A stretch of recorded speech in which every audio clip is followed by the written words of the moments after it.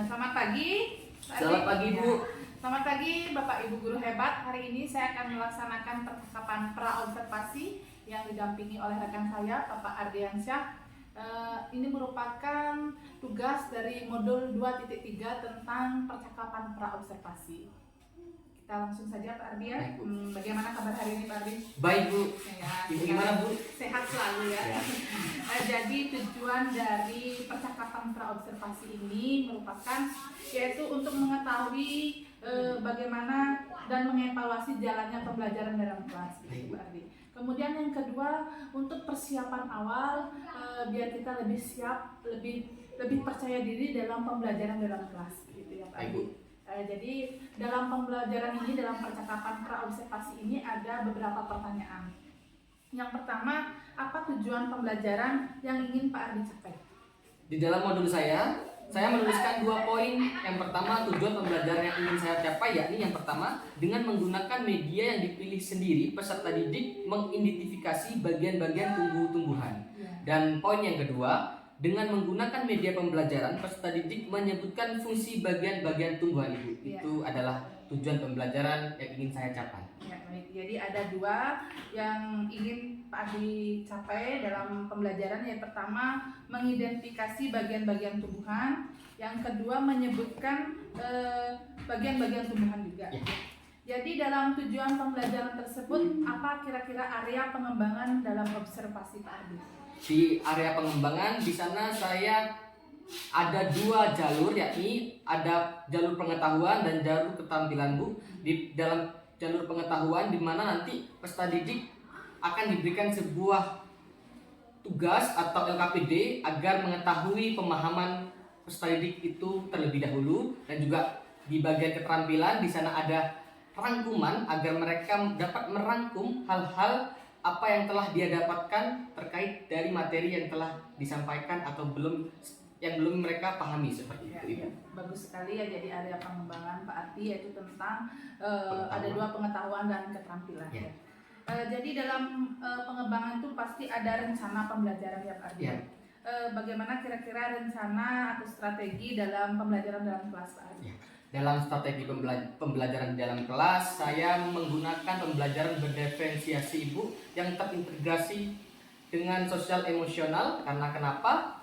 Di dalam pembelajaran diferensiasi agar kita dapat mewadahi kebutuhan-kebutuhan pembelajaran peserta didik. Karena peserta didik sungguh beragam, Bu ya, dan juga terintegrasi kepada sosial emosional. Di sana bagus sekali, Bu, karena terdapat teorinya Piaget dan juga Vygotsky yang menjadi satu agar pengetahuan atau kognitif peserta didik itu lebih kuat dengan sosial emosionalnya, seperti itu.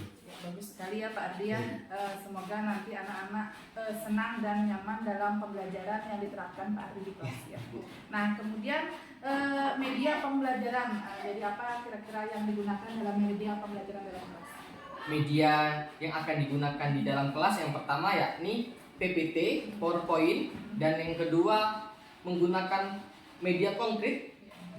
Karena kelas 4 itu termasuk kepada pengetahuan yang udah konkret, Bu ya. Dan yang ketiga itu yakni media pembelajaran kepada LKPD atau media-media yang seperti buku, seperti itu.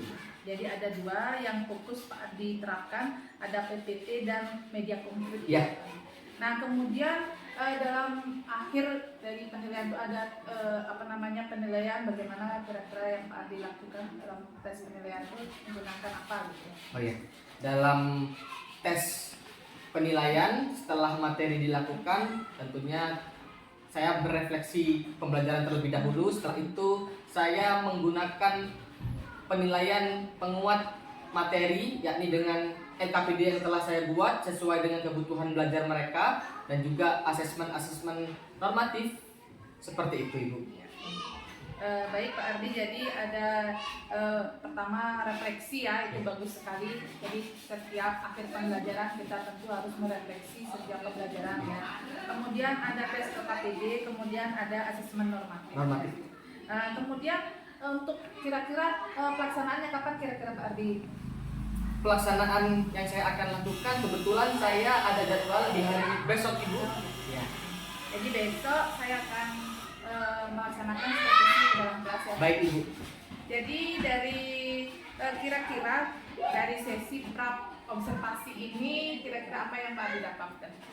Dari pra observasi yang saya dapatkan itu tentunya persiapan yang lebih matang yang saya dapatkan, dan juga sebuah pertanyaan-pertanyaan atau diskusi ringan terkait persiapan apa yang perlu saya persiapkan agar pembelajaran itu tersampaikan lebih maksimal dan optimal, seperti itu Ibu. Dan juga bahan ajar, media ajar, serta rancangan-rancangan lebih kuat lagi nantinya diterapkan di peserta didik, seperti itu.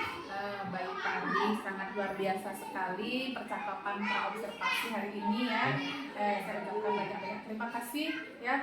Semoga besok bisa terlaksana dengan baik ya. Baik Bu. Nah kemudian kita akan bertemu dalam percakapan pasca observasi kembali. Baik Bu. Baik, terima kasih. Halo semua ya. Gimana kabarnya hari ini? Ada yang nggak masuk hari ini? Enggak. Semuanya semangat untuk sekolah? Semangat. Semua ya? Ya.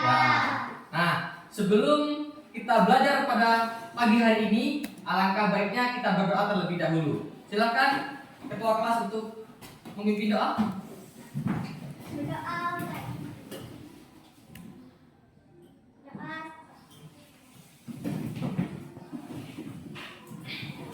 Nah, setelah berdoa, seperti biasa, kegiatan rutin kita